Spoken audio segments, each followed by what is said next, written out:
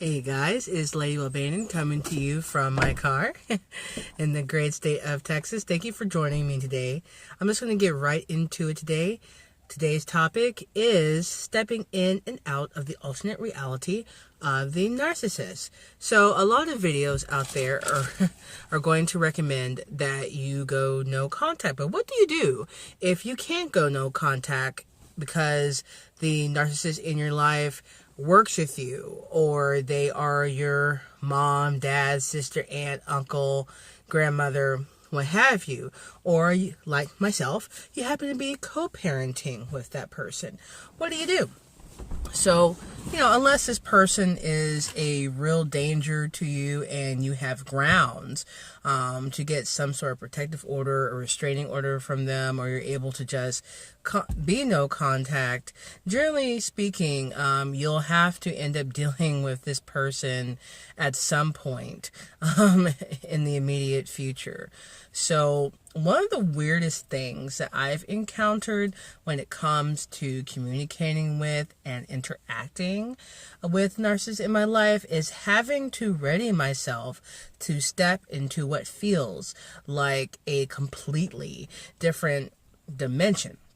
Because reality for that narcissist, at least from what I have seen from my own personal experience, is all based on what they feel about something and how they perceive it. They live in a land of alternate facts, if you will.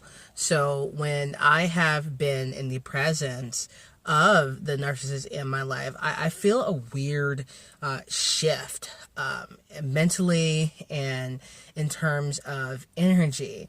And when I say a shift in terms of energy, I mean negative energy. I try to put positive energy out there. I try to be positive and optimistic and look for the best in a bad situation. But let's face it, whenever you have to be in the presence of someone who basically sees you as an object that they can take on or off the shelf, you're not going to feel very good around them, right? Especially if you've been majorly discarded by that person.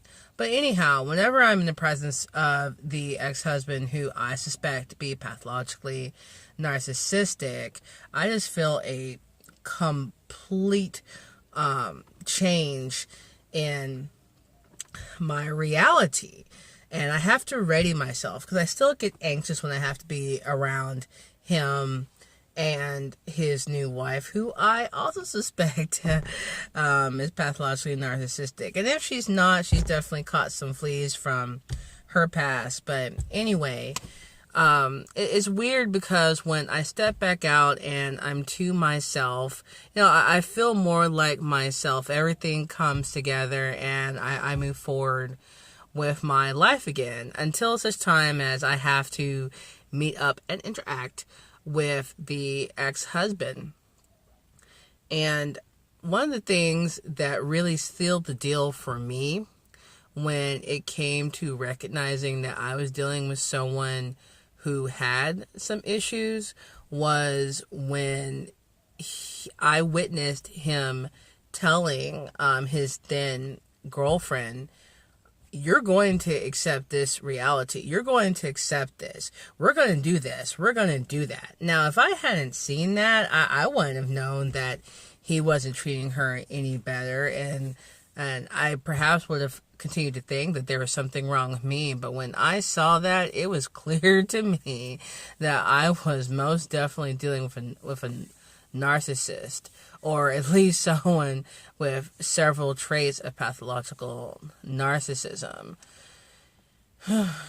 Before I even knew what narcissism was, the ex-husband would tell me, "Well, you have to accept me how I am. This is just how it is. You have to accept me for how I am." And this is when he was at the end of his rope and he had just gotten tired of trying to keep me around and keep me interested and keep me in his life.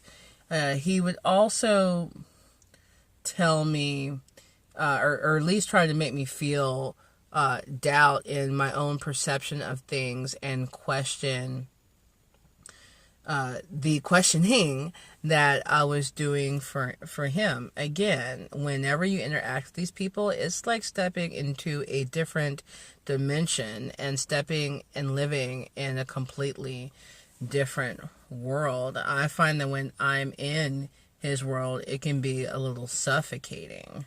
Even if we're, together with the kids, at a quote unquote family, function, I still feel kind of weird and out of place. It's like I'm visiting a foreign country, if you will. So, yeah, I really haven't come across a lot of videos that detail how it feels to go in and out of that alternate reality, because you have to compose yourself and get your ish back together after interacting with these types of people, because it can be such a mind screw to deal down and communicate with them. Well, at least I know it is for me. So, yeah, this is going to be a short video. I just want to do one that addressed that subject, because I know there are a lot of you guys and gals out there that are in my situation where you have to co-parent or try to co-parent or counter-parent, parallel parent, whatever, with this type of individual, and you just can't escape them. So when you do take a visit to Narcland, the rides aren't all that fun, right? They're emotional roller coasters that send you up and down.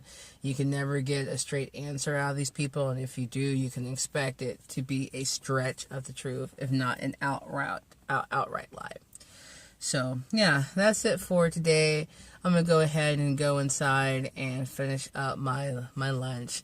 Take care, and if you like this video, hit the like button, hit subscribe to keep up with me on this channel, and if you want to get notified of new videos that I make, go ahead and hit the bell. I'll see you next time.